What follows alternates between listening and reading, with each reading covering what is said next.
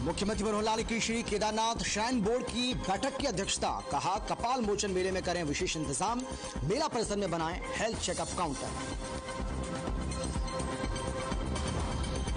हरियाणा में हुआ बड़ा प्रशासनिक फेरबदल, 7 आईएएस अधिकारियों के तबादले, 17 एचसीएस अधिकारियों के तबादले। कांग्रेस नेता दीपेंद्र हुड्डा का मनोहर सरकार पर हमला, विपक्ष की भूमिका की जमकर की तारीफ, सरकार पर किसानों के घाव पर नमक छिड़कने के लगाए आरोप। बेअदबी मामले में राम रहीम से दोबारा पूछताछ करेगी एसआईटी, फिर सुनारिया जेल जाएगी पंजाब पुलिस, 17 दिसंबर को होगी अगली सुनवाई। और अंबाला रेलवे स्टेशन समेत 8 स्टेशन को उड़ाने की मिली धमकी, डीआरएम को मिला लश्कर तैयबा का धमकी भरा पत्र, सीएम, राज्यपाल और हवाई अड्डों को उड़ाने की धमकी।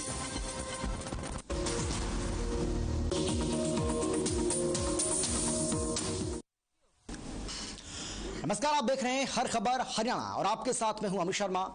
सबसे पहले हम बात करेंगे चंडीगढ़ की, क्योंकि हरियाणा में बड़ा प्रशासनिक फेरबदल हुआ है। आपको बता दें कि 7 आईएएस अधिकारियों के तबादले किए गए हैं और इसके साथ ही 17 एससीएस अधिकारी ऐसे हैं जिनके तबादले के आदेश जारी किए गए हैं। तो ये बड़ा प्रशासनिक फेरबदल हरियाणा में देखने को मिला है, जिसमें 7 आईएएस अधिकारियों के तबादले हुए हैं और 17 एचसीएस अधिकारियों के तबादले किए गए हैं। बताया जा रहा है कि इसमें कई बड़े अधिकारी भी शामिल हैं जिनका तबादला किया गया है।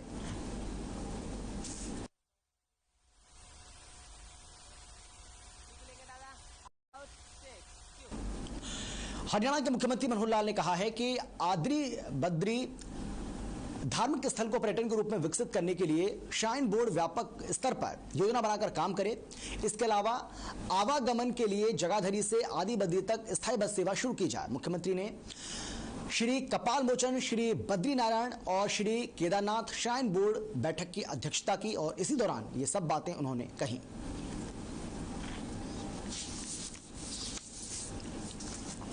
तो मुख्यमंत्री की ओर से यह बड़ी बैठक की गई जिसमें पर्यटन को बढ़ाने को लेकर भी विशेष तौर पर चर्चा की गई।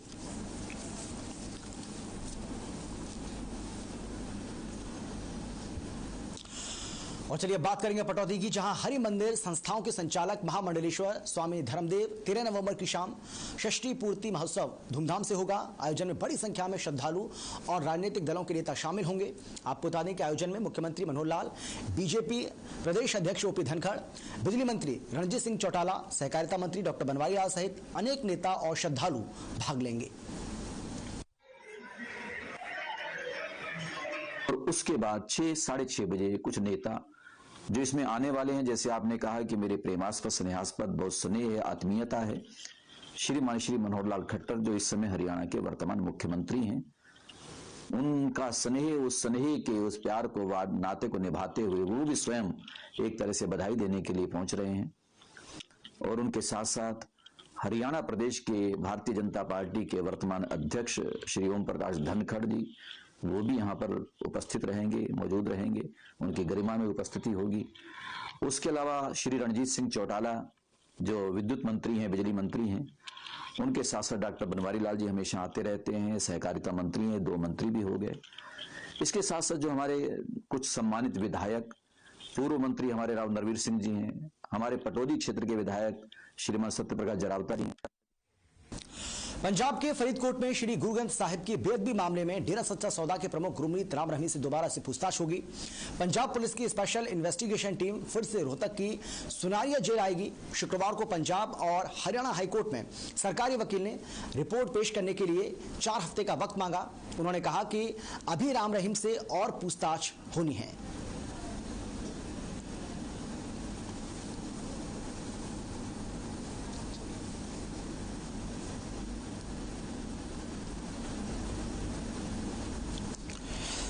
तो राम रहीम की मुश्किलें लगातार बढ़ती हुई नजर आ रही हैं। आपको बता दें कि पंजाब के फरीदकोट में श्री गुरु ग्रंथ साहिब की बेअदबी मामले में अब डेरा सच्चा सौदा के प्रमुख गुरमीत राम रहीम से दोबारा से पूछताछ होगी। पंजाब पुलिस की स्पेशल और आपको बता दें कि पंजाब पुलिस की जो स्पेशल इन्वेस्टिगेशन टीम है यानी कि एसआईटी फिर से रोहतक की सुनारिया जेल में पूछताछ करेगी।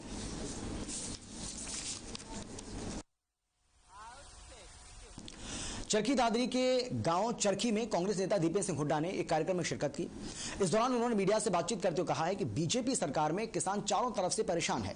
रात को थानों में खाद दिया जा रहा है। कांग्रेस हरियाणा में सकारात्मक विपक्ष की भूमिका निभा रही है। इसके साथ ही उन्होंने कहा कि हरियाणा कांग्रेस का संगठन का विस्तार होना है और उसको लेकर भी पार्टी बेहद संजीदा है। लोगों की आस्था पार्टी से जुड़ी हुई है और कांग्रेस पार्टी को लोग विकल्प के रूप में देख रहे हैं।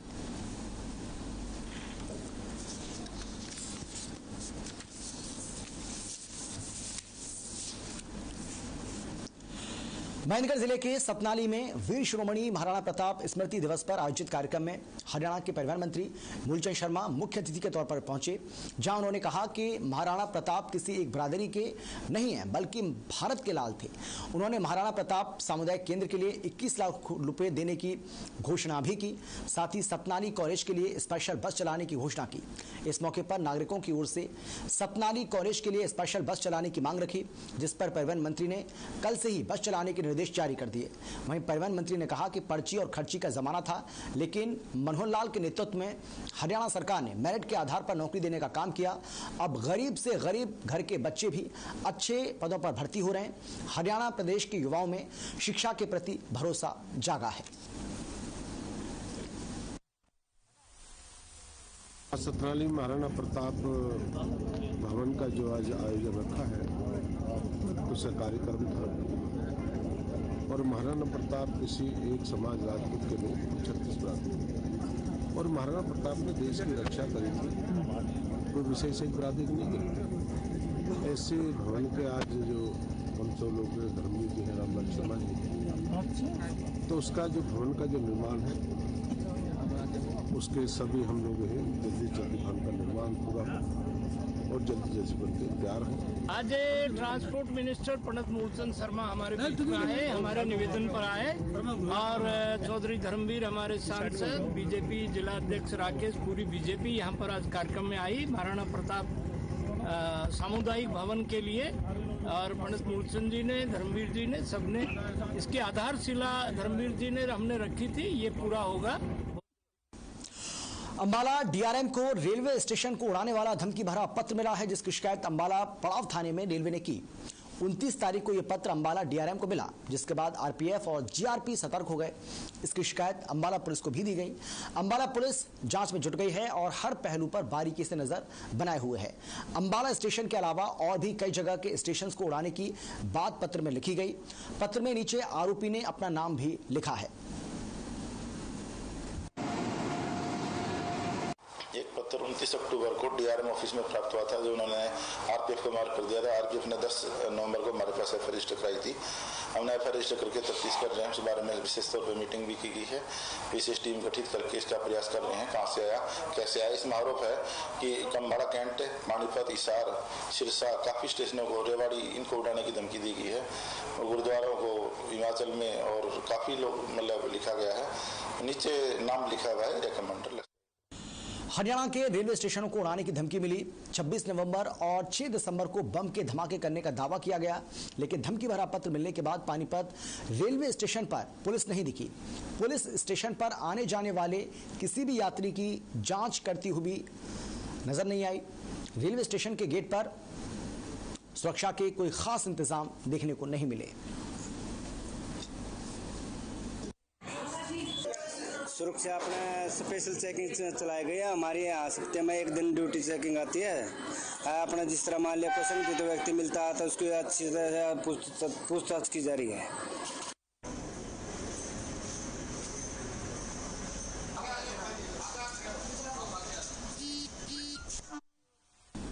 कुरुक्षेत्र में कोरोना काल में लोगों की मदद के लिए आ गया एक व्यापारी का लाखों का बिल अटका हुआ है। व्यापारी ने आरोप लगाते हुए कहा है कि रेड क्रॉस विभाग उसके खाने का लाखों का बिल पास करना भूल गया।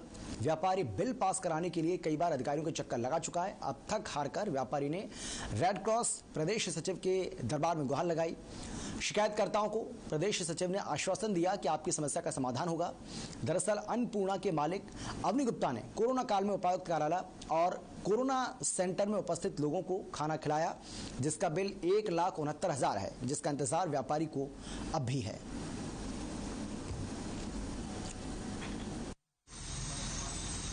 जिनके लिए चाय पानी का कोई प्रबंध नहीं था। कभी कहीं शिकायत की आपने? सर मैं डी साहब से कई बार मिला हूँ, रेड क्रॉस सेक्रेटरी से कई बार मिलने के बाद जब मेरा काम नहीं हुआ तो आज मुझे मजबूरन जो है ना प्रेस के माध्यम से ये बात अपनी रखनी पड़ी है।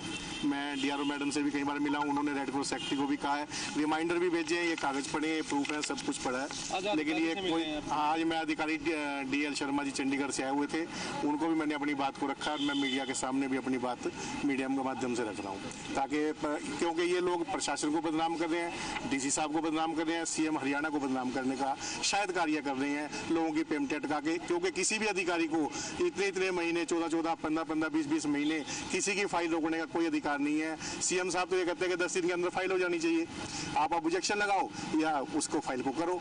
जब आज तक आपने ना तो कोई ऑब्जेक्शन लगाया ना फाइल की, इसका मतलब धर्मनगरी कुरुक्षेत्र में अंतर्राष्ट्रीय गीता महोत्सव पर समाजसेवी संस्थाओं के सहयोग से ऐतिहासिक और यादगार दीपोत्सव बनेगा। जिला प्रशासन की इसको लेकर बैठक भी हुई है और हर संस्था अपने अपने स्थानों को रंग बिरंगा लाइटों से जगमग करेगी। संस्थाओं के प्रतिनिधि लाइट एंड साउंड शो को प्रमोट करें। नगर परिषद के अधिकारियों को शहर की सफाई और चौकों को पानी से साफ रखने के आदेश भी जारी किए गए हैं।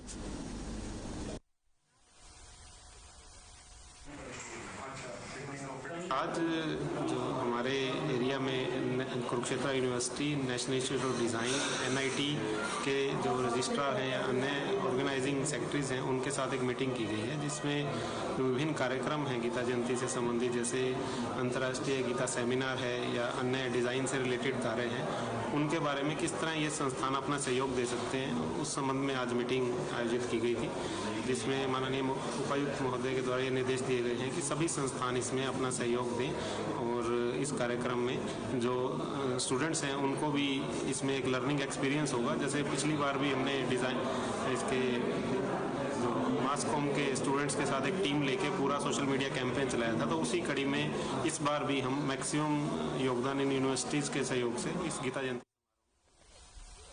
रेड क्रॉस प्रदेश महासचिव DR शर्मा ने धर्मनगरी कुरुक्षेत्र में कहा है कि रक्तदान क्षेत्र में रेड क्रॉस देश में अव्वल है। रेड क्रॉस वॉलंटियर्स की संख्या को दोगुना किया जाएगा। लोगों की सुविधा के लिए रक्तदाताओं की लिस्ट वेबसाइट पर उपलब्ध होगी। उन्होंने कहा कि भारतीय रेड क्रॉस सोसाइटी अगर आपके द्वार पर दस्तक देती है तो आप घबराइएगा मत। हरियाणा प्रदेश में 2000 लोग TB ड्रॉप आउट के मिले हैं। जिन मरीजों के घर पर दवाइयाँ देने उनकी देखरेख का जिम्मा भारतीय रेड क्रॉस उठाएगी।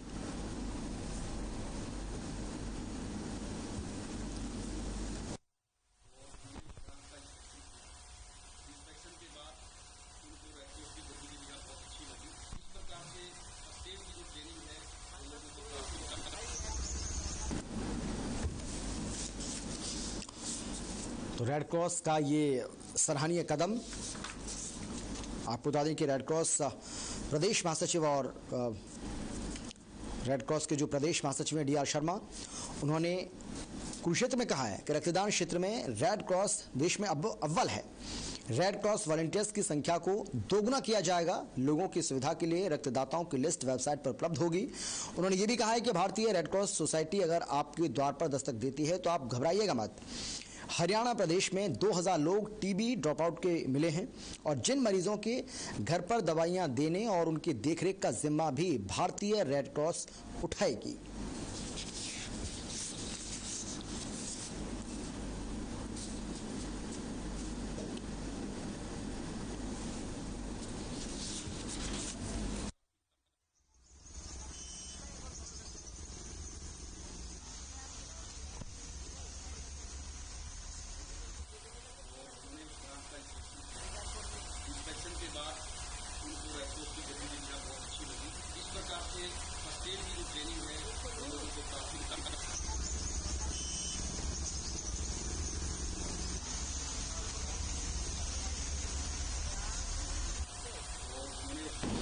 रोहतक में आजादी के अमृत महोत्सव में लोगों को जागरूक करने के लिए रोहतक के गांव में मेगा कैंप का आयोजन किया गया, जिसमें रोहतक के सेशन जज ने मुख्य अतिथि के रूप में शिरकत की।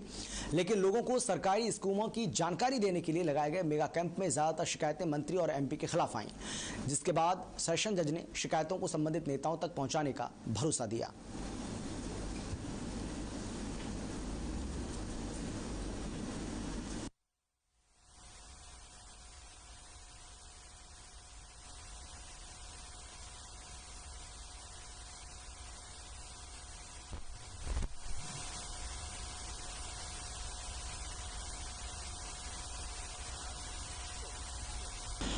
फरीदाबाद के राजकीय मॉडल संस्कृति प्राथमिक विद्यालय अजरौंदा में rotary club of Faridabad NIT ने वेस्ट कोस्ट कंपनी के साथ मिलकर सरकारी स्कूल में बेंच और सीलिंग फैन के साथ ही साउंड सिस्टम उपलब्ध कराए।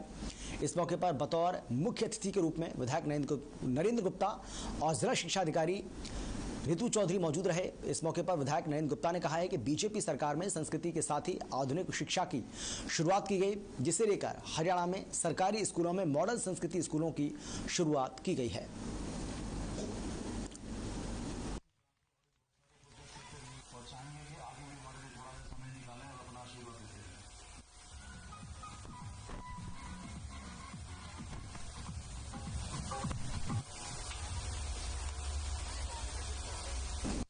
साइबर सिटी गुरुग्राम के खेड़की दौला इलाके से करोड़ों की चोरी का मामला सामने आया है। मास्टरमाइंड डॉक्टर सचिंदर जैन और JP सिंह नाम के शख्स ने गैंगस्टर विकास लगरपुरिया के साथ alpha G corp management service private limited company में करोड़ों की चोरी की साजिश को रचा। आपको बता दें कि STF टीम ने डॉक्टर सचिंदर जैन और साथ ही एक और व्यक्ति को गिरफ्तार कर लिया है। चोरी के इस मामले में गिरफ्तार आरोपियों से 1 करोड़ 90 लाख कैश, 1.25 करोड़ कीमत का 3 किलो गोल्ड और 35 लाख रुपए कीमत के 64,000 और $500 कीमत के US डॉलर्स भी बरामद किए गए हैं।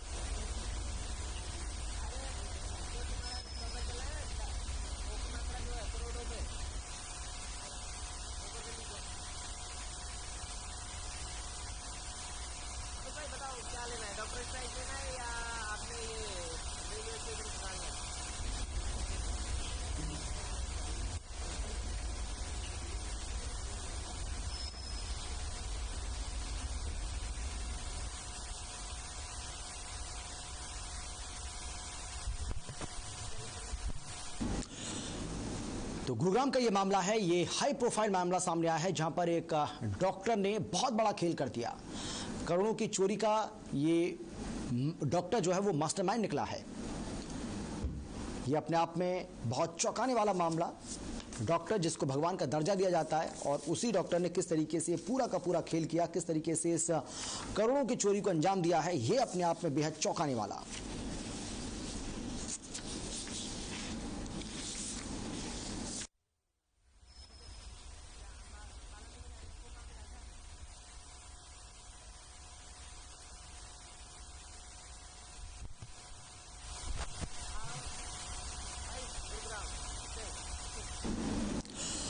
और चलिए अब हम बात करेंगे जिस तरीके से लश्कर-ए-तैयबा की तरफ से धमकी दी गई है, जिसमें कहा गया है कि अंबाला समेत 8 रेलवे स्टेशन ऐसे हैं जो उनके टारगेट पर हैं, जो उनके निशाने पर हैं, उनको बम से उड़ाने की धमकी दी गई है। उसको लेकर किस तरीके से प्रदेश के तमाम इलाकों में, तमाम जगहों पर, तमाम स्टेशन के ऊपर सुरक्षा का सख्त पहरा किया गया है। सबसे पहले आपको हम गुरुग्राम के बारे में बताते हैं। आतंकवादियों द्वारा हरियाणा में रेलवे स्टेशन उड़ाने की धमकी के बाद साइबर सिटी गुरुग्राम में रेलवे स्टेशन पर सुरक्षा कड़ी कर दी गई है। आप देख रहे हैं यहाँ पर बकायदा हर आने वाले व्यक्ति की जांच की जा रही है, उसके बैग को पूरी तरह से चेक किया जा रहा है कि कहीं किसी तरह का संदिग्ध सामान लेकर कोई भी व्यक्ति रेलवे स्टेशन के अंदर ना पहुंच पाए। और इसके अलावा यहाँ पर जो गाड़ियां आ रही हैं उन गाड़ियों में भी बकायदा GRP के जवान चेकिंग कर रहे हैं, राज्य के पुलिस के जवान चेकिंग कर रहे हैं कि किसी भी तरह से कोई संदिग्ध वस्तु यहां पर ना मिल पाए। और एक खास बात यह कि एक तरह से जागरूक भी किया जा रहा है हर यात्री को कि अगर वो कोई संदिग्ध वस्तु देखे तो बात करे। हमारे साथ सब इंस्पेक्टर मौजूद हैं, उनसे जानते हैं कि किस किस तरह से जांच की जा रही है।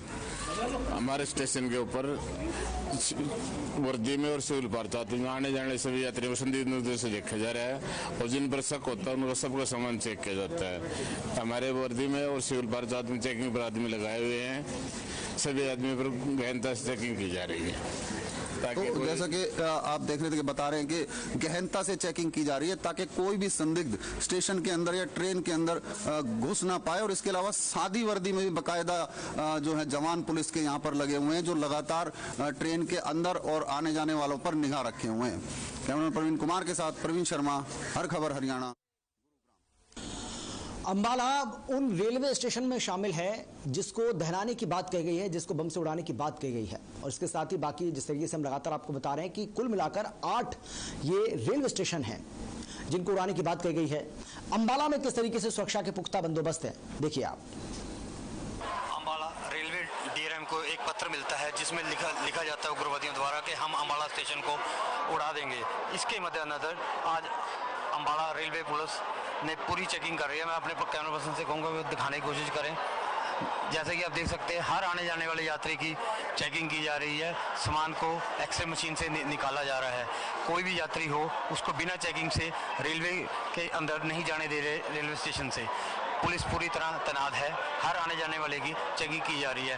आप देख रहे हैं कि स्कैन मशीन के जरिए जो भी यात्री यहाँ से गुजर रहा है उसके पूरे सामान की चेकिंग की जा रही है। और अगर हम बात करें रेलवे स्टेशन वाले यात्रियों को पूरी चेकिंग की जा रही है। अंबाला से तरुण कपूर। और चलिए बात करते हैं पानीपत की। पानीपत में क्या हाल है, देखिए आप।